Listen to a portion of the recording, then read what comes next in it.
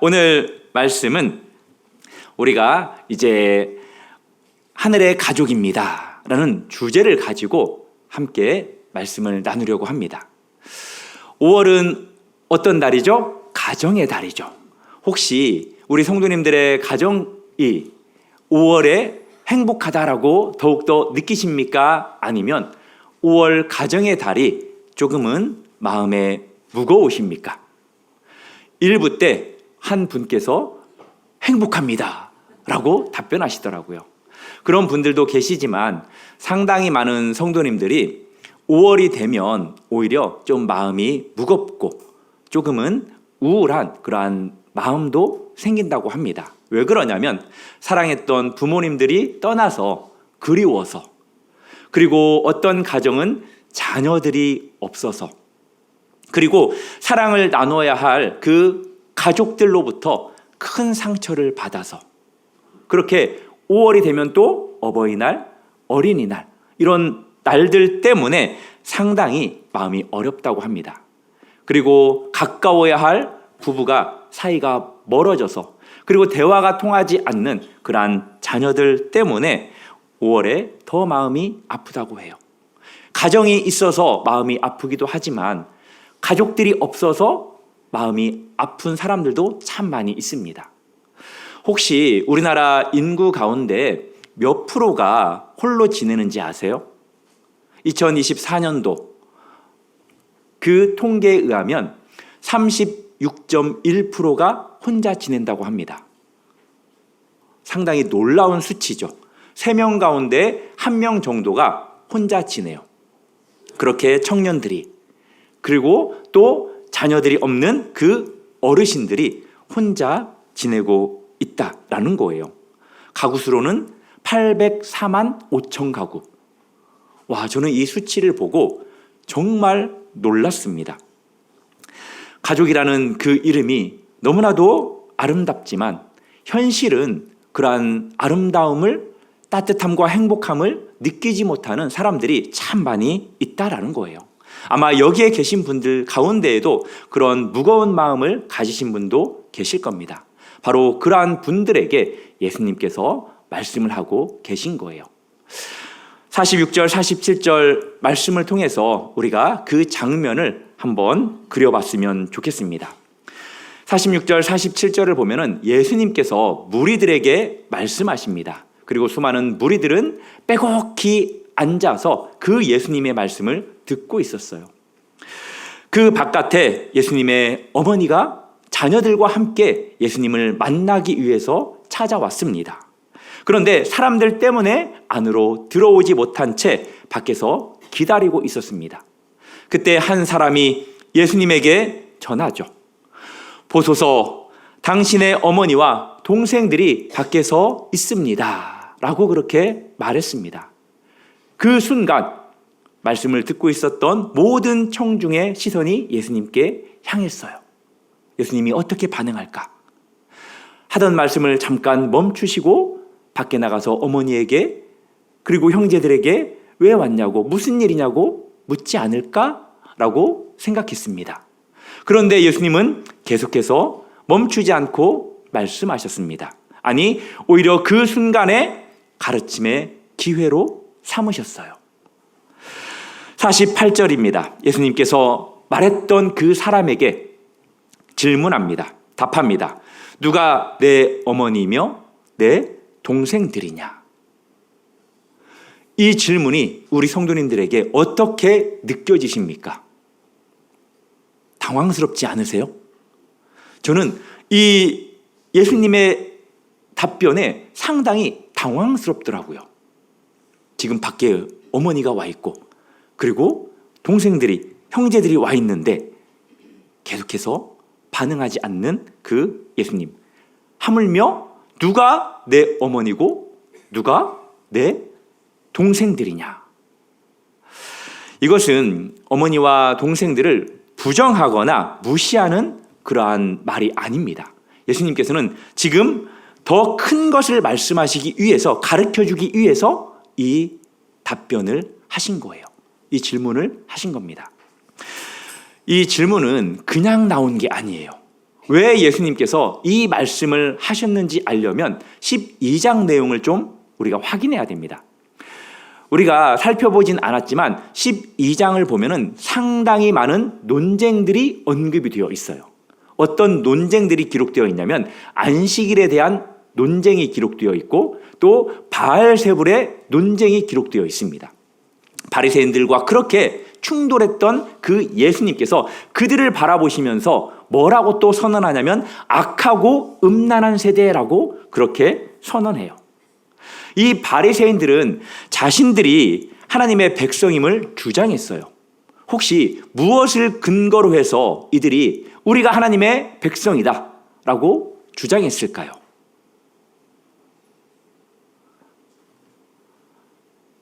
뭔 통일까요? 수통, 염소통, 혈통. 맞아요. 혈통입니다. 얼마 전부터 3번이 답입니다. 맞아요. 우리는 아브라함의 자손이다.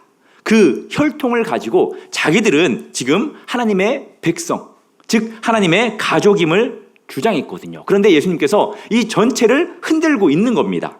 하나님의 가족되는 그 기준이 혈통이 아니라는 거예요. 이 48절 누가 내 어머니고 누가 내 동생들이냐라는 이 질문은 궁극적으로 49절을 기록되어 있는 그 말씀에 그 선언을 하기 위한 질문입니다. 준비예요. 우리 49절 말씀 다시 한번 읽어볼까요? 49절 말씀 시작.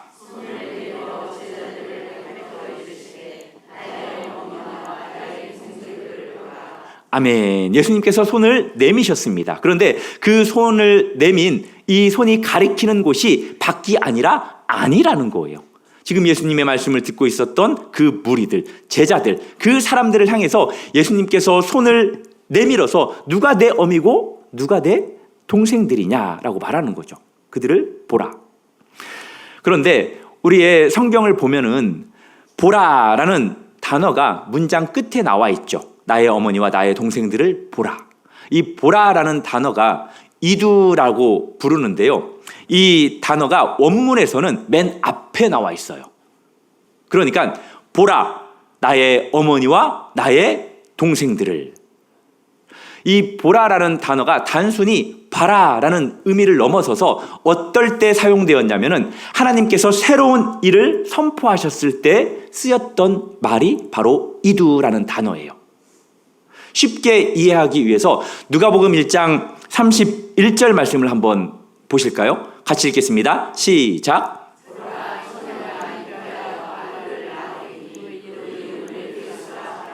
아멘. 하나님께서 아주 놀라운 새 일을 선포하셨을 때 보라, 처녀가 잉태하여 아들을 낳으리니 그 이름을 예수라 하라 라고 했을 때 사용되었던 그 단어가 여기에서 예수님께서 새 일을 알리듯 그렇게 사용하셨어요. 보라, 나의 어머니와 나의 동생들을. 혈연이 가족을 정의하는 유일한 기준이었던 그러한 세상에서 지금 예수님은 전혀 다른 기준으로 가족을 지금 정의하고 있는 거예요. 그 정의가 바로 50절입니다. 50절도 같이 한번 읽어보겠습니다. 시작. 누구든지 하늘에 계신 내 아버지의 뜻대로 하는 자가 내 형제요 자매요 어머니이니라 하시더라. 아멘. 새 가족의 정의를 두 가지로 설명합니다. 첫 번째는 하늘에 계신 내 아버지. 하나님을 아버지로 예수님께서 불렀다라는 거예요. 사랑하는 성도 여러분, 우리 성도님들도 하나님을 아버지라고 불러요, 안 불러요? 혹시 하나님을 아저씨라고 부르시는 분 계세요? 안 계시죠? 하나님을 아버지라고 부르면 예수님이 하나님의 아들인 것처럼 우리도 하나님의 아들이요 하나님의 딸이라는 거예요. 하나님과 예수님이 가족인 것처럼 우리도 바로 하나님과 예수님과 뭐라는 거예요? 가족이라는 겁니다. 사랑하는 성도 여러분, 교회 공동체가 진정한 가족이 될 수 있는 그 이유가 뭐냐면 혈통이 아니에요. 혈연이 아닙니다. 피가 아니에요. 바로 하나님을 아버지라고 부르는 것. 바로 그것이 우리가 가족이 되는 근거요 이유라는 사실을 믿으시기를 바랍니다. 그리고 두 번째는 뭐냐? 뜻대로 하는 자예요. 뜻을 아는 자가 아니라 뜻대로 하는 자, 살아가는 자, 행하는 자를 말하는 겁니다. 이 말씀은 마태복음 21장에서 먼저 예수님께서 말씀하셨던 내용을 이어서 하시는 말씀이에요. 마태복음 7장 21절에 보면은 이렇게 기록되어 있습니다. 나더러 주여 주여 하는 자마다 다 천국에 들어갈 것이 아니요 다만 하늘에 계신 내 누구의 뜻대로 그리고 어떻게 행하는 자라야 들어가리라. 이게 같은 표현인 겁니다. 우리가 여기에서 오해하지 않아야 될 게 하나 있어요. 그게 뭐냐? 하나님의 뜻대로 하는 것. 이 표현이 가족이 되기 위한 조건이 아니라는 거예요. 예를 들면 우리의 자녀들이 우리 부모님들의 뜻에 따르는 것, 그것이 자녀가 되기 위한 조건입니까? 아니라는 거죠. 예, 우리의 자녀들은 애초에 우리의 자녀들이에요. 우리의 뜻을 거스르더라도 우리의 자녀입니다. 우리가 하나님의 뜻을 따라 살아가는 것, 이것은 하나님의 자녀가 되기 위해서가 아니라 이미 하나님의 가족이 되었기 때문에, 자녀가 되었기 때문에 뜻대로 행하는 것, 이것을 통해서 우리가 하나님의 자녀됨을, 우리가 가족됨을 드러내는 무엇이라는 거예요? 증거가 된다라는 겁니다. 사랑하는 성도 여러분, 이게 상당히 낯설까요? 아니죠. 이게 낯설면 안 돼요. 하나님을 자신의 하나님으로, 그리고 하나님을 자신의 아버지로 고백하고 하나님의 뜻대로 살기로 결단한 한 여인이 있어요. 사사시대 때에 나오미를 따랐던 여인입니다. 룻이죠. 예, 룻이 뭐라고 고백합니까? 맞아요. 어머니의 하나님이 나의 하나님이고 어머니의 백성이 나의 백성이다. 즉 내가 하나님의 뜻대로 살겠다. 하나님을 아버지로 모시고 살겠다. 그래서 나는 어머니의 가족이자 어머니의 백성의 가족이 되겠습니다. 라는 그러한 고백입니다. 그 룻이 결국 어떤 인물이 됩니까? 맞아요. 다윗의 증조모가 되고 또 예수 그리스도의 족보에 오르는 여인이 되었습니다. 혈연이 아니라 하나님을 향한 그 방향, 그것이 바로 룻을 하나님의 가족으로 만든 거예요. 예수님께서 지금 그 선언을 이 말씀을 통해서 하고 계신 겁니다. 사랑하는 성도 여러분, 성경에서 교회를 표현할 때 상당히 여러 가지로 표현을 하거든요. 어떤 표현들이 있을까요? 들어보셨죠? 교회는 그리스도의 몸이다. 교회는 그리스도의 신부다. 교회는 하나님의 거룩한 성전이다. 교회는 진리의 기둥과 터다. 들어보셨죠? 오늘 다른 것을 우리가 다시 한번 확인할 거예요. 에베소서 2장 19절입니다. 우리 같이 한번 읽어보겠습니다. 시작. 그러므로 이제부터 너희는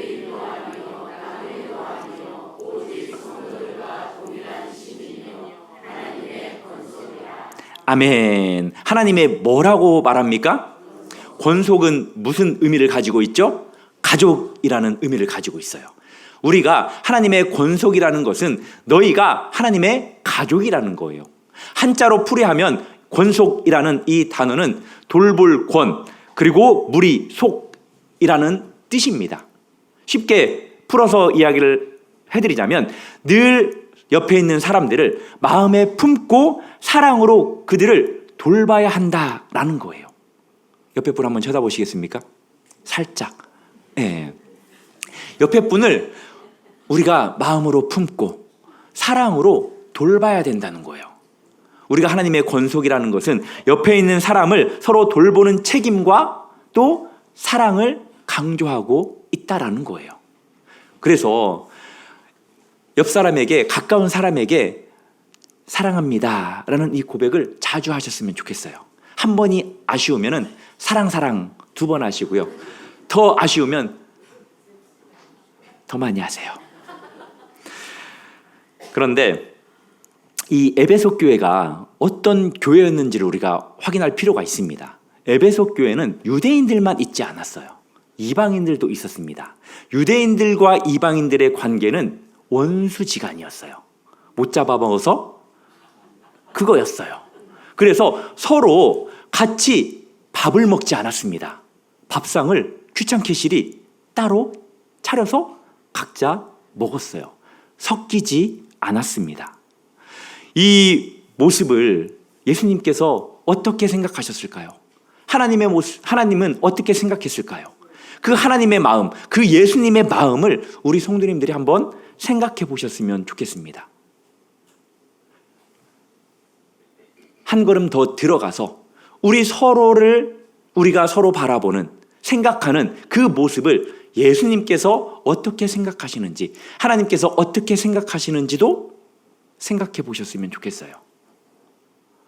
옆에 분들과 어떤 관계십니까? 옆에 분들과 어떻게 지내고 계십니까? 에베소 교회 성도들에게 사도 바울이 말합니다.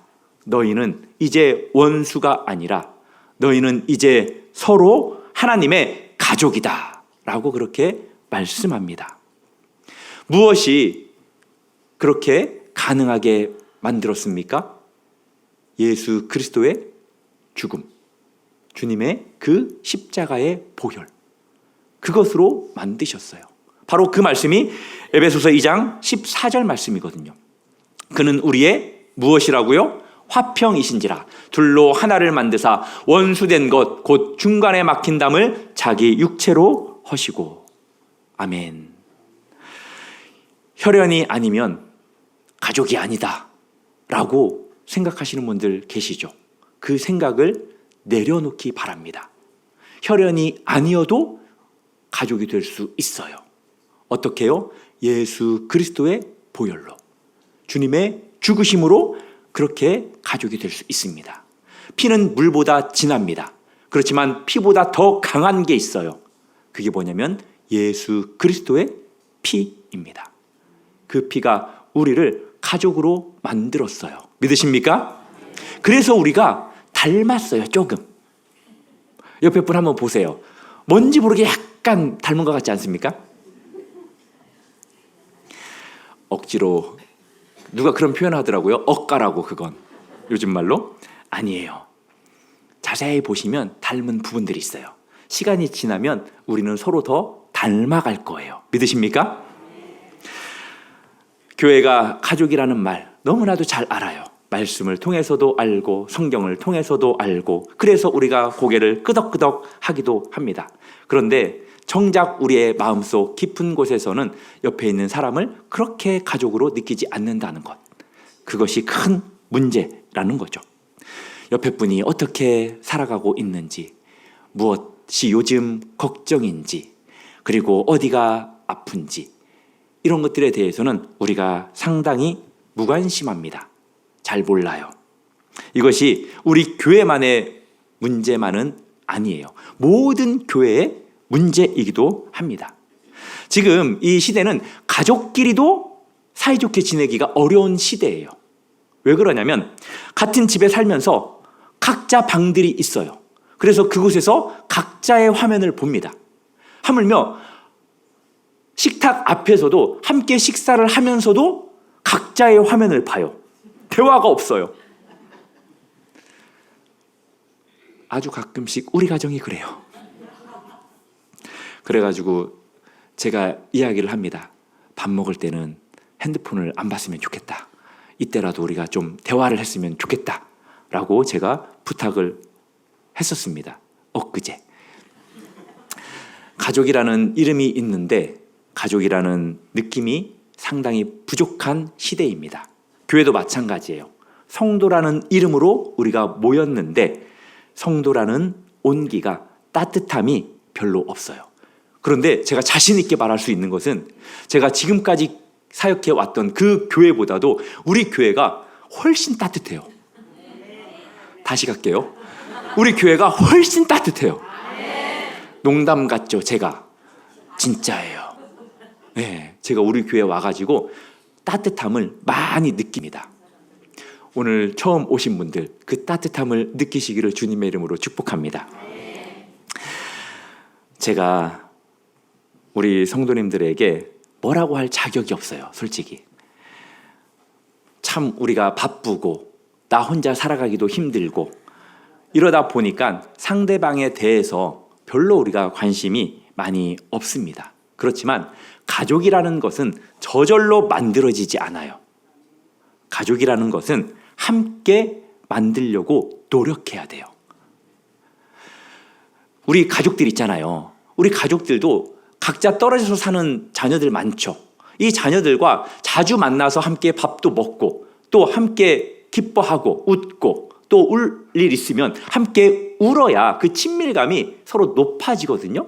마찬가지예요. 교회도 그렇습니다. 함께 해야 됩니다. 함께 밥도 먹고 함께 기뻐하고 또 함께 그렇게 즐거움과 슬픔을 나눠야 돼요. 사도 바울이 로마서에서 그렇게 말했잖아요. 즐거운 자들과 함께 즐거워하고 우는 자들과 함께 울라라고 그렇게 말씀했습니다. 바로 그것이 가족이고 바로 그게 교회라는 거예요. 그래서 우리 성도님들에게 말씀을 전하면서 좀 부탁하고 싶더라고요. 교회 와서 여러 사람들과 인사를 좀 했으면 좋겠어요. 좀 더. 예, 모르는 사람도 그냥 다가가서 좀 인사하세요. 처음에는 어색합니다. 상당히 어색합니다. 그렇지만 시간이 지나면 지날수록 어색함은 사라져요. 혹시 가까운 사람에게 사랑한다라고 표현하면 어색합니까? 안 어색합니까? 어색한 사람들은 사랑한다는 고백을 잘 안 하시는 분들이에요. 대부분 나중에 물에서 죽으면 입이 뜨는데 그런 분들은 입이 안 떠요. 아끼지 마십시오. 사랑한다라고 말씀하십시오. 옆에 분들에게 좀 더 친밀하게 인사하십시오. 안부를 물으십시오. 자신의 이름을 가르쳐 주십시오. 관계 맺는 것 힘들어요. 그러나 관계 맺는 것을 좀 더 즐겨주셨으면 좋겠습니다. 그리고 새로운 사람들에게 관심과 인사를 좀 더 잘해주셨으면 좋겠고 새로운 사람들도 그것을 너무 거부하지 않으셨으면 좋겠어요. 그것을 관심으로 사랑으로 받아주셨으면 좋겠습니다. 감은 버리세요. 부담감. 말씀을 맺겠습니다. 오늘 시리즈의 마지막 말씀입니다. 우리가 4주간, 4주간에 걸쳐서 들었던 그 말씀들이 다 더 큰 그릇 안에 예수님께서 담으셨어요. 제가 검정색 글씨를 읽을 테니까 우리 성도님들이 노란색 글씨를 읽어주세요. 자녀가 여호와의 기업인 이유는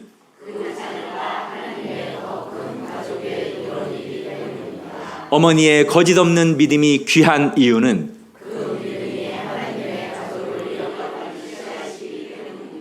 나와 내 집은 여호와를 섬기겠노라고 선언이 힘 있는 이유는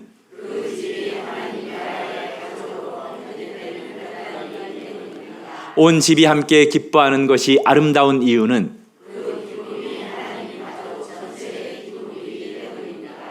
아멘. 예수님께서 손을 내미셨을 때 밖이 아니라 아니라고 말씀드렸습니다. 우리 성도님들에게 예수님께서 말씀합니다. 나의 어머니와 나의 동생들을 보라.